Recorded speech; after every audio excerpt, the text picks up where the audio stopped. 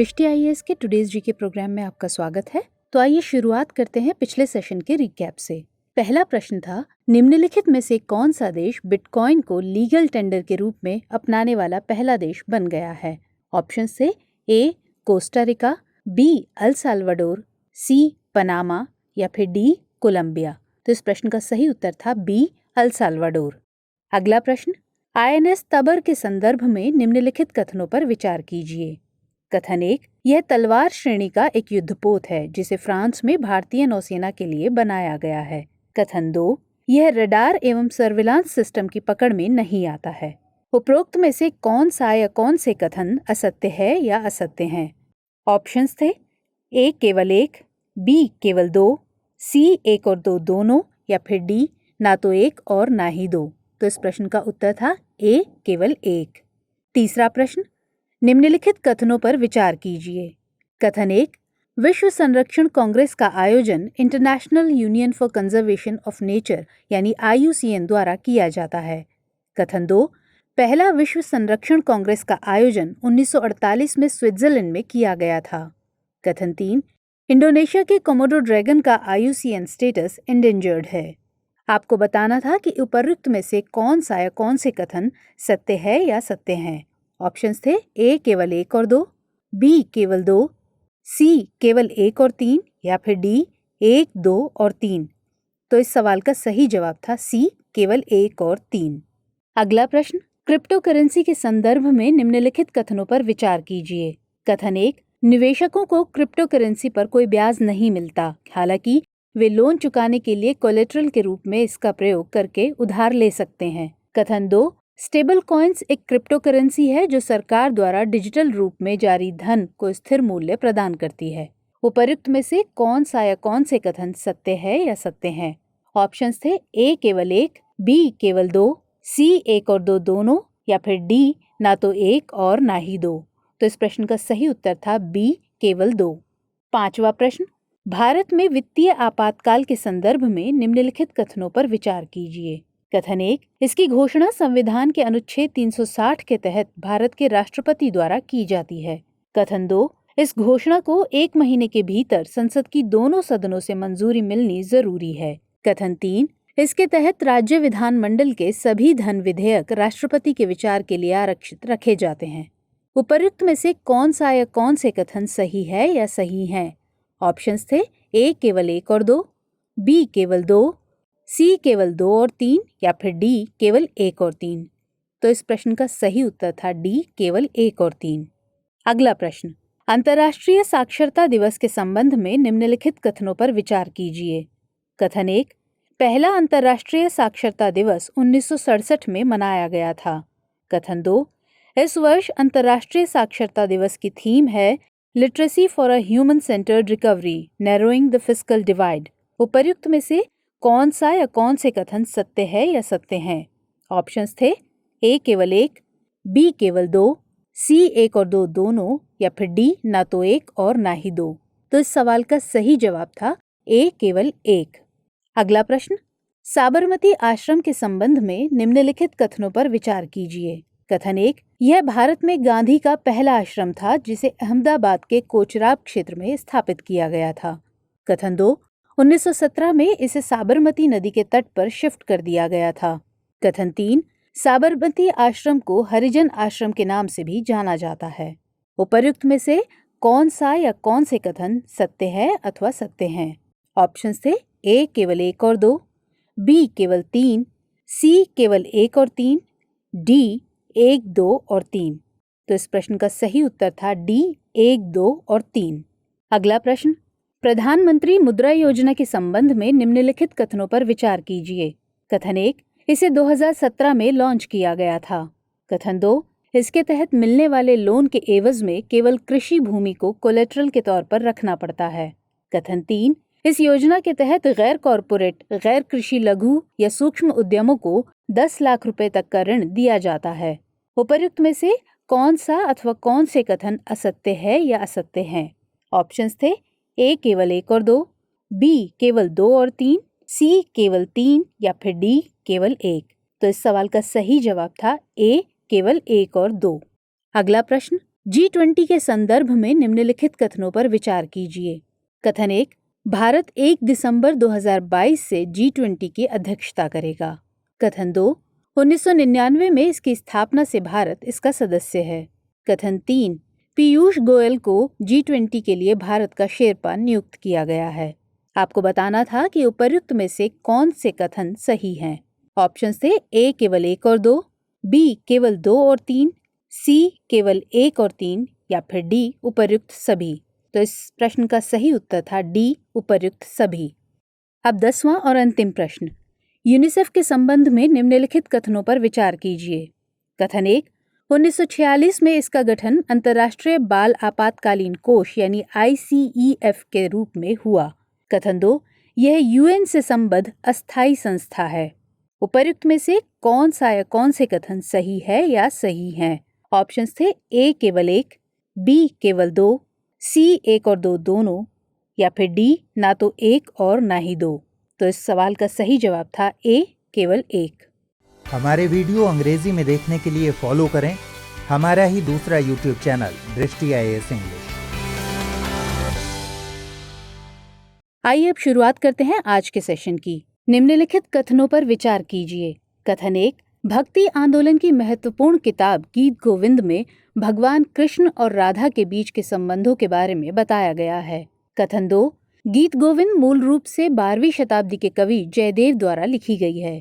कथन 3, कोलकाता के Victoria memorial hall में गीत गोविंद की 18वीं शताब्दी की हस्तलिखित कॉपी प्रदर्शित की गई है। आपको बताना है कि इनमें से कौन सा या कौन से कथन सही है या सही हैं। ऑप्शंस है ए केवल 1, बी केवल 1 और 2, सी केवल 2 और 3 या फिर डी 1, 2 और 3। तो इस प्रश्न का सही उत्तर है डी 1, 2 और 3।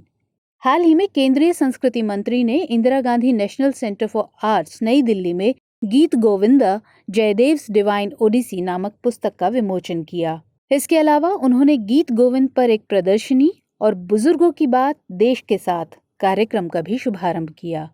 भक्ति आंदोलन की महत्वपूर्ण किताब गीत गोविंद में भगवान कृष्ण और राधा के बीच के संबंधों के बारे में बताया गया है, इसलिए कथन 1 सत्य है।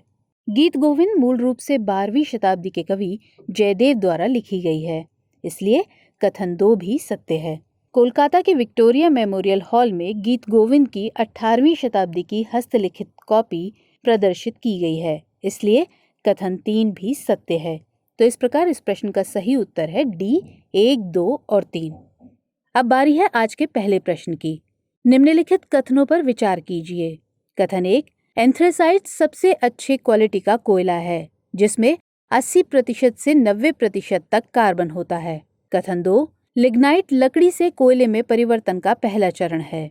कथन 3, कोल बेनिफिशिएशन एक प्रक्रिया है जिसके द्वारा कच्चे कोयले की गुणवत्ता में सुधार किया जाता है। आपको बताना है कि उपर्युक्त में से कौन सा अथवा कौन से कथन सही है या सही है। ऑप्शंस है ए केवल 1 और 2, बी केवल 2, सी केवल 1 और 3 या फिर डी 1, 2 और 3। तो इस सवाल का सही जवाब है सी केवल 1 और 3। एम्बर इंडिया की हालिया रिपोर्ट के मुताबिक वित्तीय वर्ष 2030 तक अपेक्षित कोयले की मांग को पूरा करने के लिए भारत को अतिरिक्त नए कोयला भंडार की जरूरत नहीं है। एंथ्रेसाइट सबसे अच्छी क्वालिटी का कोयला है जिसमें 80% से 95% तक कार्बन होता है, इसलिए कथन 1 सही है। पीट लकड़ी से कोयले में परिवर्तन का पहला चरण है, ना कि लिग्नाइट, इसलिए कथन 2 गलत है। पीट में 40% से भी कम कार्बन पाया जाता है। कोल बेनिफिशिएशन एक प्रक्रिया है जिसके द्वारा कच्चे कोयले की गुणवत्ता में सुधार किया जाता है। तो इस प्रकार इस प्रश्न का सही उत्तर था सी केवल 1 और 3। अगला प्रश्न, निम्नलिखित कथनों पर विचार कीजिए। कथन 1, उड़द की खेती खरीफ और रबी दोनों फसलों के रूप में की जा सकती है। कथन 2, तोरी और बिना छिलके वाले नारियल के MSP क्रमशः सरसों और खोपरा या गरी के MSP के आधार पर तय किए जाते हैं। आपको बताना है कि उपर्युक्त में से कौन सा या कौन से कथन गलत है या गलत हैं। ऑप्शंस है ए केवल 1, बी केवल 2, सी 1 और 2 दोनों या फिर डी ना तो 1 और ना ही 2। तो इस प्रश्न का सही उत्तर है डी ना तो 1 और ना ही 2। दरअसल केंद्र ने आगामी रबी सीजन के लिए गेहूं के लिए न्यूनतम समर्थन मूल्य यानी MSP बढ़ाकर 2015 रुपए प्रति क्विंटल कर दिया है, जो पिछले साल के एमएसपी से 2% अधिक है। पिछले साल गेहूं का एमएसपी 1975 रुपए प्रति क्विंटल था। उड़द की खेती खरीफ और रबी दोनों फसलों के रूप में की जा सकती है, इसलिए कथन सत्य है। तोरी और बिना छिलके वाले नारियल के एमएसपी क्रमशः सरसों और खोपरा या गरी के एमएसपी के आधार पर तय किए जाते हैं, इसलिए कथन 2 सत्य है। प्रश्न में असत्य कथन पूछे गए हैं, इसलिए इसका सही उत्तर विकल्प डी होगा, यानी ना तो 1 और ना ही 2। अगला प्रश्न, निम्नलिखित कथनों पर विचार कीजिए। कथन 1, C-295 MW विमान 5 से 10 टन क्षमता वाला एक परिवहन विमान है जो भारतीय वायुसेना के एवरो विमान की जगह लेगा। कथन 2, 16 C-295 MW विमान रूस से भारत भेजे जाएंगे। आपको बताना है उपर्युक्त में से कौन सा या कौन से कथन सही है या सही है। ऑप्शंस है ए केवल 1, बी केवल 2, सी 1 और 2 दोनों, या फिर डी ना तो 1 और ना ही 2। तो इस सवाल का सही जवाब है ए केवल 1। दरअसल हाल ही में कैबिनेट ने भारतीय वायुसेना के लिए 56 C-295 MW परिवहन विमान की खरीद को मंजूरी दी है। C-295 MW विमान 5 से 10 टन क्षमता वाला एक परिवहन विमान है जो भारतीय वायुसेना के एवरो विमान की जगह लेगा, इसलिए कथन 1 सत्य है। 16 C-295 MW विमान स्पेन से भारत के लिए भेजे जाएंगे, इसलिए कथन 2 असत्य है। तो इस प्रकार इस प्रश्न का सही उत्तर हुआ ए केवल 1। अगला प्रश्न, ब्रह्मपुत्र नदी के संबंध में निम्नलिखित कथनों पर विचार कीजिए। कथन 1, यह मानसरोवर झील के पास कैलाश श्रेणी के चेमायुंगडुंग ग्लेशियर से निकलती है। कथन 2, यह असम के रास्ते भारत में प्रवेश करती है। कथन 3, मानस और सुबनसिरी ब्रह्मपुत्र की सहायक नदियां हैं। उपर्युक्त में से कौन सा या कौन से कथन सही है या सही है। ऑप्शंस है ए केवल 1, बी केवल 1 और 3, सी केवल 2 और 3, या फिर डी 1, 2 और 3। तो इस सवाल का सही जवाब है बी केवल 1 और 3। पर्यावरण, वन और जलवायु परिवर्तन मंत्रालय ने दीपोर बील वन्यजीव अभयारण्य के इको सेंसिटिव जोन को अधिसूचित किया है। यह गुवाहाटी शहर, असम के दक्षिण पश्चिम में स्थित है एवं ब्रह्मपुत्र नदी का पूर्ववर्ती वाटर चैनल है। ब्रह्मपुत्र नदी मानसरोवर झील के पास कैलाश श्रेणी के चेमायुंगडुंग ग्लेशियर से निकलती है, इसलिए कथन 1 सही है। यह अरुणाचल प्रदेश के रास्ते भारत में प्रवेश करती है, इसलिए कथन 2 सही नहीं है। मानस और सुबनसिरी ब्रह्मपुत्र की सहायक नदियां हैं, इसलिए कथन 3 सही है। तो इस प्रकार इस प्रश्न का सही उत्तर हुआ बी केवल 1 और 3। अगला प्रश्न, निम्नलिखित पर विचार कीजिए। 1, लाइफस्टाइल मटेरियल फुटप्रिंट, 2, भोजन की बर्बादी, 3, प्लास्टिक अपशिष्ट और 4, सतत पर्यटन। उपर्युक्त लक्ष्य निम्नलिखित में से किस सतत विकास लक्ष्य यानी एसडीजी का वर्णन करते हैं। ऑप्शंस हैं ए एसडीजी 12, बी एसडीजी 16, सी एसडीजी 4, या फिर डी एसडीजी 8। तो इस सवाल का सही जवाब है ए एसडीजी 12। दरअसल हाल ही में यह पाया गया है कि सतत विकास लक्ष्य यानी एसडीजी 12 के संबंध में भारत की प्रगति बेहतर है, लेकिन संतोषजनक नहीं है। एसडीजी 12 लाइफस्टाइल मटेरियल फुटप्रिंट, भोजन की बर्बादी एवं प्लास्टिक अपशिष्ट को कम करने तथा सतत पर्यटन को बढ़ावा देने की भी बात करता है, इसलिए विकल्प ए सही है। तो इस प्रकार इस सवाल का सही जवाब हुआ ए एसडीजी 12। अगला प्रश्न, स्वच्छ भारत मिशन ग्रामीण के संबंध में निम्नलिखित कथनों पर विचार कीजिए। कथन 1, चरण 2 को 2020-21 से 2024-25 तक मिशन मोड में लागू किया जाएगा। कथन 2, गोबर धन इसी मिशन का हिस्सा है। आपको बताना है कि उपर्युक्त में से कौन सा अथवा कौन से कथन सही है या सही है। ऑप्शंस हैं ए केवल 1, बी केवल 2, सी 1 और 2 दोनों, या फिर डी ना तो 1 और ना ही 2। तो इस प्रश्न का सही उत्तर है सी 1 और 2 दोनों। स्वच्छ भारत मिशन चरण 2 के तहत आज स्वच्छ सर्वेक्षण ग्रामीण 2021 का शुभारंभ किया जाएगा। चरण 2 को 2020-21 से 2024-25 तक मिशन मोड में लागू किया जाएगा, इसलिए कथन 1 सही है। गोबर-धन यानी galvanising organic bio agro resources योजना स्वच्छ भारत मिशन का हिस्सा है, इसलिए कथन 2 सत्य है। जल शक्ति मंत्रालय द्वारा इसे 2018 में लॉन्च किया गया था। तो इस तरह इस सवाल का सही जवाब हुआ सी 1 और 2 दोनों। अगला प्रश्न, प्राण पोर्टल किस मंत्रालय द्वारा लॉन्च किया गया है? ऑप्शन है ए संस्कृति मंत्रालय, बी महिला एवं बाल विकास मंत्रालय, सी वित्त मंत्रालय या फिर डी पर्यावरण वन और जलवायु परिवर्तन मंत्रालय। तो इस प्रश्न का सही उत्तर है डी पर्यावरण वन और जलवायु परिवर्तन मंत्रालय। केंद्रीय पर्यावरण वन और जलवायु परिवर्तन मंत्री भूपेंद्र यादव ने प्राण पोर्टल का शुभारंभ किया, इसलिए विकल्प डी सही है। प्राण का संस्कृत में अर्थ है जीवन। यह देश भर के 132 शहरों में वायु प्रदूषण के नियमन के लिए एक पोर्टल है। तो इस प्रकार इस प्रश्न का सही उत्तर हुआ डी। अब बारी है अगले प्रश्न की। पोषण अभियान के संबंध में निम्नलिखित कथनों पर विचार कीजिए। कथन 1, इसका उद्देश्य केवल किशोरों, बच्चों और गर्भवती महिलाओं के पोषण संबंधी परिणामों में सुधार करना है। कथन 2, इसका उद्देश्य 2025 तक देश में कुपोषण को खत्म करना है। आपको बताना है कि उपरोक्त में से कौन सा या कौन से कथन असत्य है या असत्य है।